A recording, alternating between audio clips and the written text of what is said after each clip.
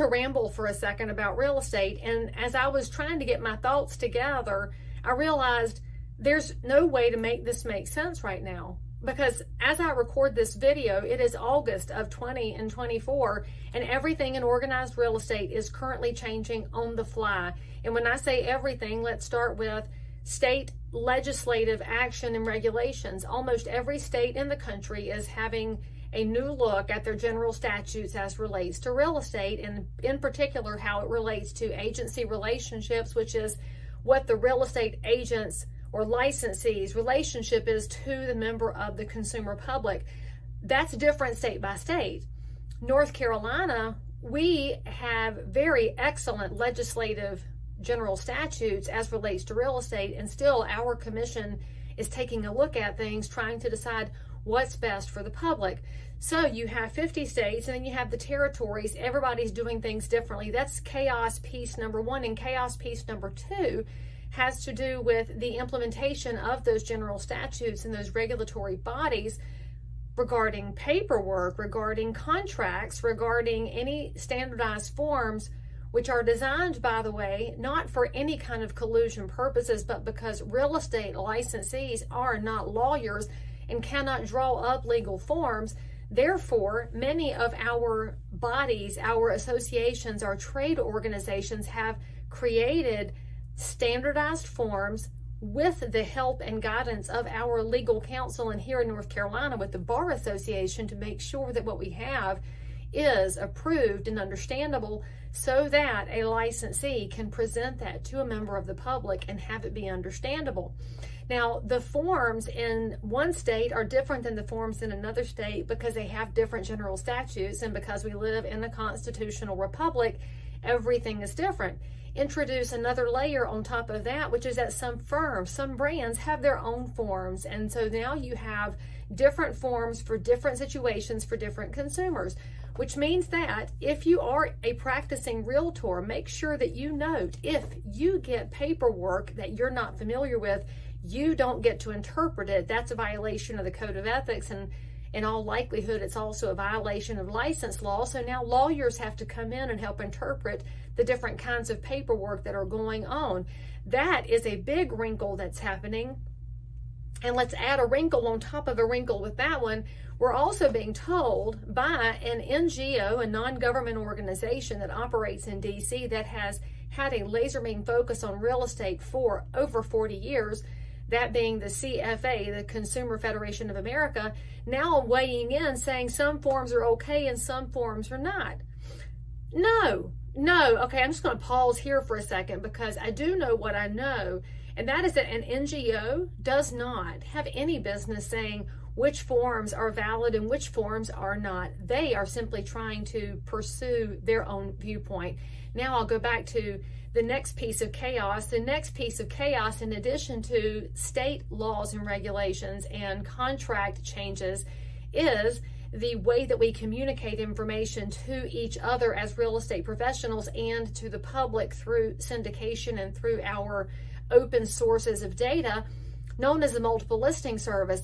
Multiple listing services throughout the country are changing their rules and adapting what's visible, not visible, and offered from July, frankly, until August 17th. And all of these things are changing, which seems okay for those of us that pay attention and are very baked in with real estate, because we use it every single day to service buyers and sellers. And for many of us, we are very baked into the trenches when it comes to policy work, and we really want to know what's happening with our profession, which means so much to us, because this is my livelihood. It is also my investments. It's also my community, and it's every single neighbor's American dream. So yes, I pay attention every single day, probably too much, but many realtors, many licensees, they don't know that any of this is going on. In fact, if they stumbled on my video because you shared it, good job, friend, they're a little slack-jawed right now. And in fact, every multiple listing service in the country is currently getting calls to their consumer, well, not consumer really, but to the member hotline saying, where did the compensation field go? Simply because, for whatever reason, they're not dialed in to what's been happening and changing. And as you may or may not know, one of the things that is changing is that in real estate, if you're selling a home, you can no longer offer compensation to a buyer's broker through the multiple listing service. Now, this goes deep as to what has been our tradition of operation, why it's changing. It has to do with the class action lawsuits and what the outcomes are going to look like. But outcome number one is that the multiple listing services have removed that field. So if you are logging in for the first time in months, you're going to discover that it looks different. And for the record, if that's you, please call your association immediately and talk to the education people and get some of the webinars, get the information, and get yourself up to speed, because I believe in you, friend. You can read and get caught up. Maybe life got in the way. But what the consumer doesn't know is why this is going on. And what I have found is that many realtors have a hard time explaining why this change is happening, simply because our system has operated so efficiently for so many years. Now, any lawyer can tell me what they think is going on, but I would dispute that, because lawyers seek lawyer fees and would just as soon remove all realtors from the world, I think, because that's just how it has looked. Not all lawyers. I know there's a couple good ones. I can see y'all wanting to comment right now. Hey, Jamie Kosofsky, I know you're going to comment. But you know there's a vast difference in the real estate attorneys who believe in real estate professionals and the ones who are class action lawyers who just want to make bank off of problems that they can create. So that's going on. All right, now let's talk about the other thing that's adding to the chaos that I don't think many agents are paying attention to. Now, because you're watching this video, you're dialed in, I need you to start getting angry, because there's a real problem right now with the narrative around real estate. It is unfair. It is frankly un-American. It is against the idea of a free market. And that is this very direct attack on realtors. I see it in the comment threads when so many people tell us we should work for free. Why? Somebody tell me why. Why should I work for free? Why should I bust my tail to become a market expert? Why should I put myself at liability risk? Why should I work the hours that I work and stay out of my house and drive all over God's country, going into other people's houses, putting my safety at risk? Why would I do all of these things for nothing? I do not understand this conversation. I do not find that any other profession on the planet has been told that they should work for free, including somebody that I really respect, an opinion maker in real estate who thinks the pro bono model makes sense. I don't understand this. Sure, you can say some lawyers decide to do some pro bono work, but most of them are in partnerships and in firms where they have a guaranteed level of income. It doesn't exist in real estate. In real estate, that professional that you love, the one from your Bible study group or from the ball field or the one that you drank a beer with last night, that person is a 1099. That means that they woke up today unemployed and they will go to bed unemployed, and they are working their tail off in between with the American dream of making a living at this. Why in the world is there so much talk about realtors not being paid? There are 1.5 million realtors and another probably 2 million licensees out there. Why is it that our profession has no right to be compensated? Answer me that without emotion, with some facts. Show me why we don't deserve to be paid for our professional time and expertise. Well, the next thing you'll find out is that there is a grand push to say that realtors are paid too much.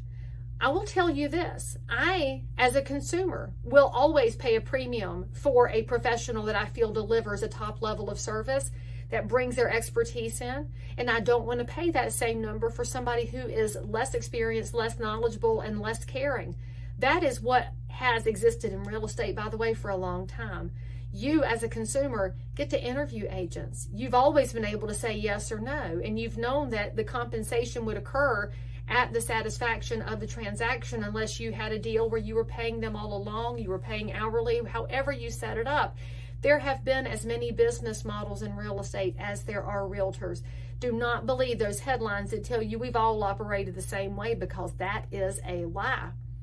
Now you got to ask yourself this. So self, why is it that this latest press release from that same NGO, the Consumer Federation of America, why does it say that consumers should pay a max of a certain percentage? And why does it say that consumers shouldn't even pay a percentage, they should pay a flat dollar amount?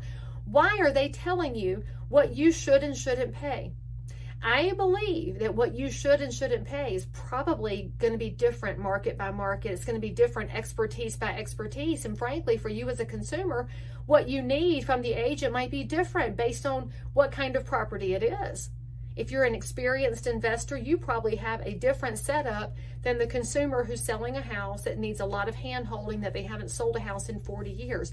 Those are two different fees altogether because the time involved is different, and so is the level of expertise. So why are we being told by the CFA, that Consumer Federation of America, what the consumer should and shouldn't pay us? You know what that looks a lot like to me, friends?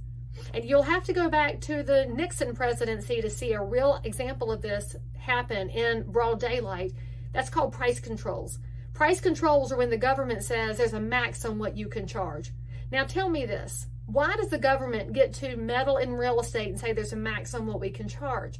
Well, what they'll tell you, and they've said it even in public remarks back in March when President Biden spoke in Nevada and when his press secretary, Karine Jean-Pierre, spoke the following day, both of them stated that real estate commissions were making housing less affordable. That's not true.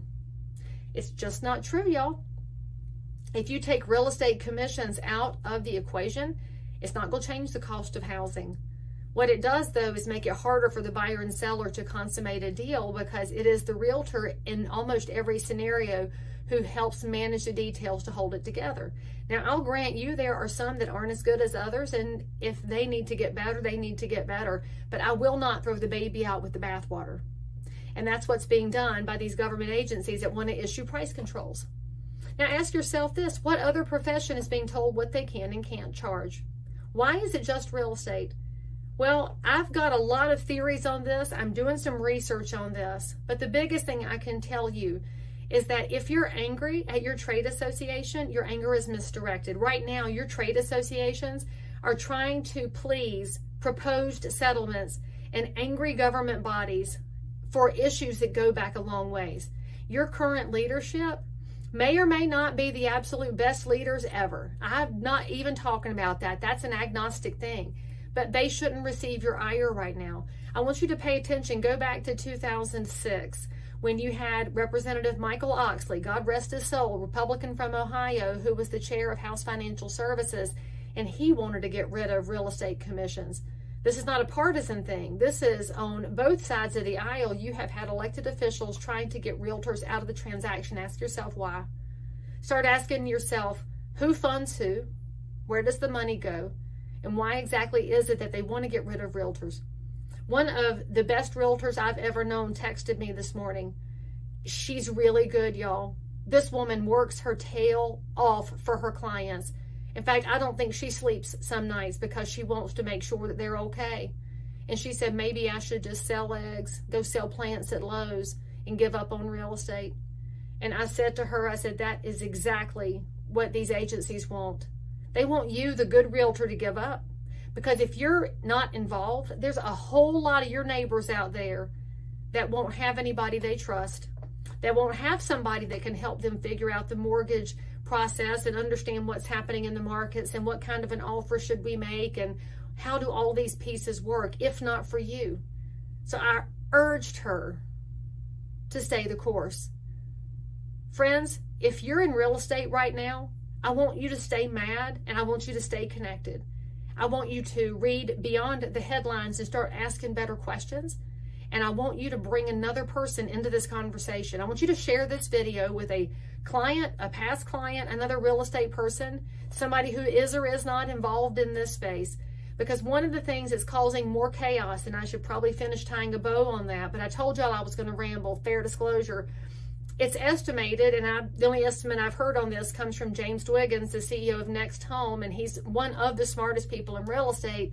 The estimate he had is that 25 to 27% of the public even knows anything's going on. In fact, you may have stumbled into my video and you just started listening to the Southern accent and have no idea what's going on. And that adds a chaos because as realtors are trying to process changes for a proposed settlement where there are third parties getting involved telling us what we can and can't do and what we can and can't charge, then you bring in an uneducated consumer who really just wants to sell mama's house or who wants to go buy their first home. Now you've got frustration and panic mixed in with a lack of knowledge. we're going to be lucky to hold the American dream together. But I don't think it's luck. I think it's skill, and I most importantly think it is a desire not to go anywhere until everything has settled out.